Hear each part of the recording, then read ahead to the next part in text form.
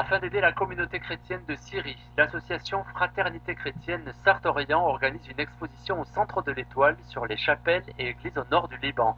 Et c'est à travers cette exposition que nous remontons dans l'histoire, au Moyen-Âge, où nous découvrons aussi toute la spiritualité de ce pays. Jean-Pierre Fatal, libanais et secrétaire de l'association, est au micro de Colette Mahé.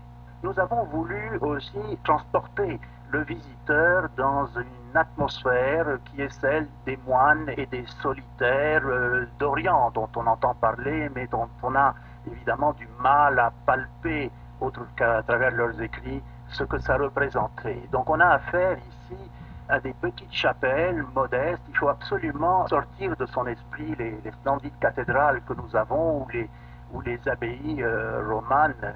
Donc ici, Dieu apparaît dans la petite thèse, dans des petits réduits, et c'est en se libérant des images que nous avons qu'on peut pénétrer dans ce monde des solitaires. Et je rappelle que ce sont des églises, pour la plupart et pour l'ensemble, qui appartiennent à la communauté grecque orthodoxe. Alors l'orthodoxie est un peu complexe pour ceux qui ne connaissent pas, mais il y a une branche de l'orthodoxie qui est antiochienne, qui ne relève pas de Constantinople ou de Moscou ou des autres églises. Mais là, on a affaire à l'église antiochienne. Vous débutez cette exposition pour nous resituer dans quel état d'esprit est le Liban au niveau de son histoire. Oui, alors le Liban, évidemment, avant les troubles que nous connaissons, était un pays à mon avis, puisque j'y ai vécu, pacifique. Et on retrouve, par exemple, dans une des photos à Notre-Dame de Ptéram, un célèbre collège qui a eu un rôle à la fin du 19e siècle dans le développement des lettres arabes.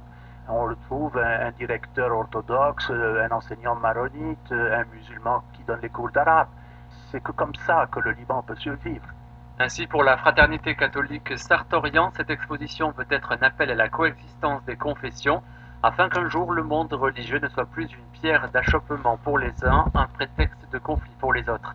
L'accès à l'exposition est libre et toutefois une corbeille est à disposition pour les dons qui seront entièrement destinés aux chrétiens syriens. L'exposition qui se tient au centre de l'Étoile du Mans jusqu'au 28 avril.